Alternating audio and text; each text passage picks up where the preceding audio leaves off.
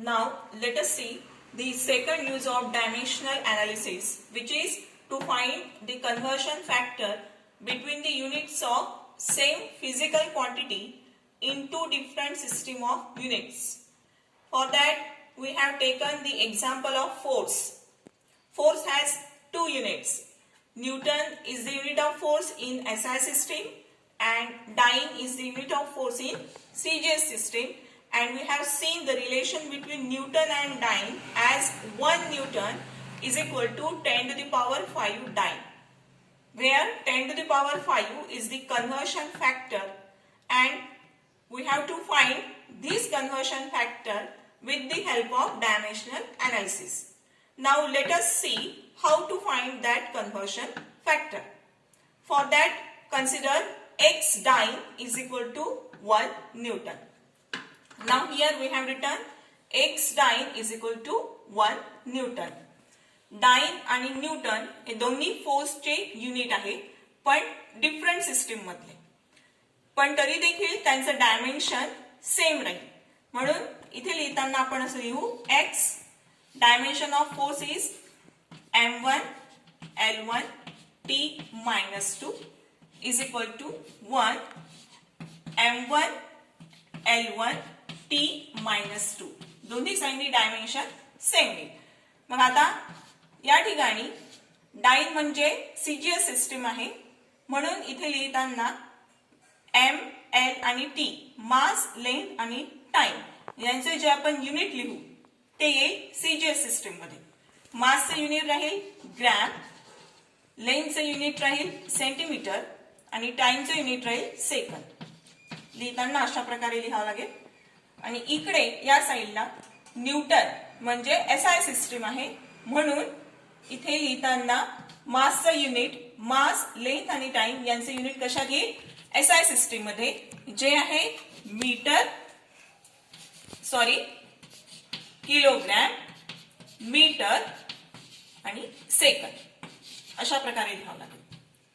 त्यानंतर ही जी left hand side आहे हिला आपल्याला राईट हँड साइडला शिफ्ट करावं लागेल, आणि म्हणून नेक्स्ट स्टेप मिळेल आपल्याला x is equal to kg metre upon gram centimetre into second to the power -2.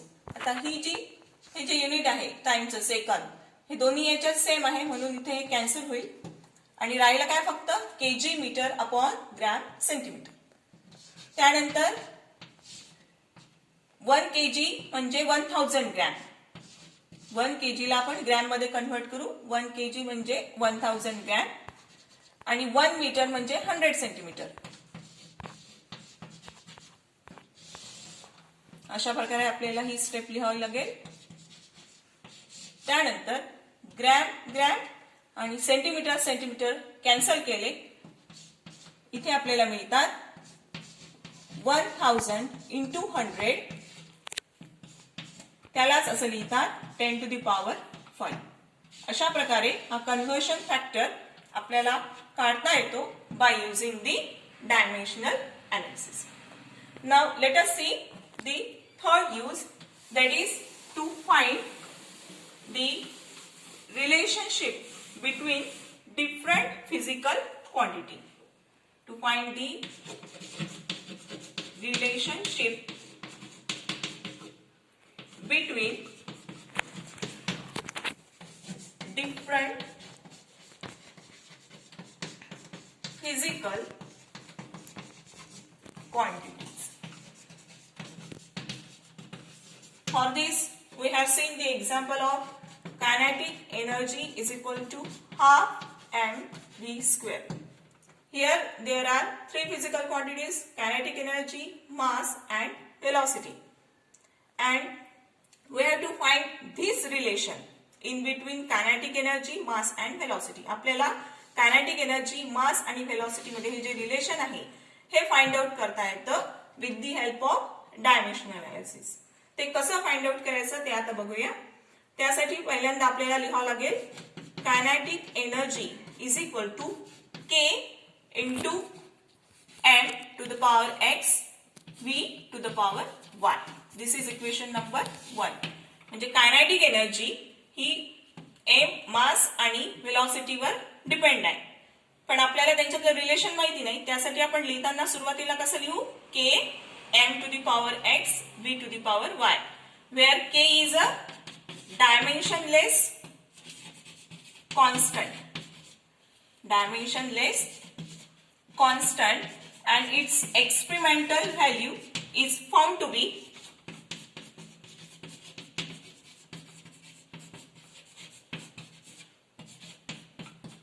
half. Its experimental value is found to be half. And x and y are the unknown powers. X and y are unknown powers.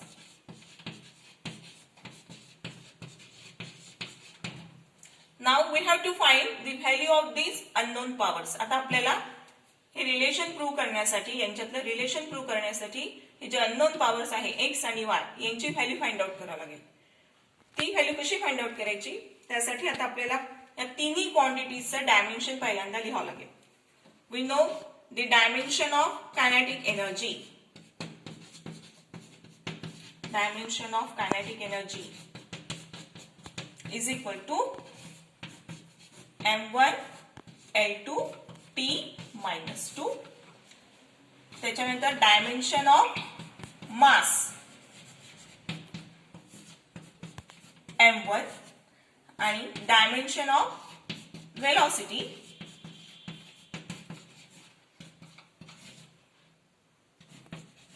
m0 l1 t minus 1. तिन्ही values आपल्याला equation 1 मध्ये ठेवाव्या लागतील. त्यानंतर equation 1 becomes, when we put all these value in equation 1, then equation 1 becomes m1 l2 t minus 2 is equal to k. It is m1 to the power x and v m0 l1 t minus 1 to the power y. Next step will be m1 l2 t minus 2 is equal to k. Then multiply these powers, 1 into x, x,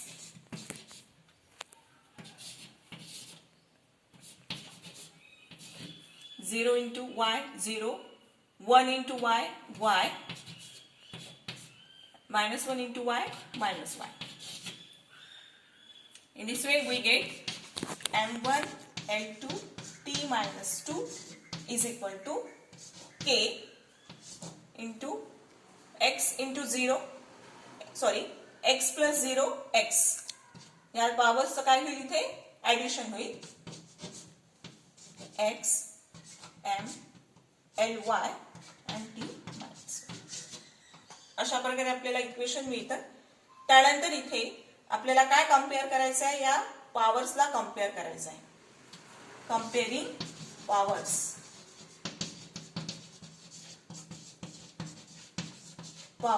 on both sides. What we get? X is equal to 1 and y is equal to 2. X is equal to 1. इथे m चा power 1 आहे, इथे m चा power x आहे. या दोघांना आपण compare केलं, we get x is equal to 1. परत l चा पॉवर 2 आहे, l चा पॉवर इथे y आहे, म्हणजे y is equal to 2. अशा प्रकारे आपल्याला त्या पॉवर्सच्या व्हॅल्यू मिळतात. and when we put all these values, and again k is having value half, and therefore equation 1 becomes kinetic energy is equal to half m1 v2. That is, kinetic energy is equal to half mv square. अशा प्रकारे dimensional एनालिसिसचा use करून आपण different physical quantities मधलं relation find out करू शकतो. Thank you.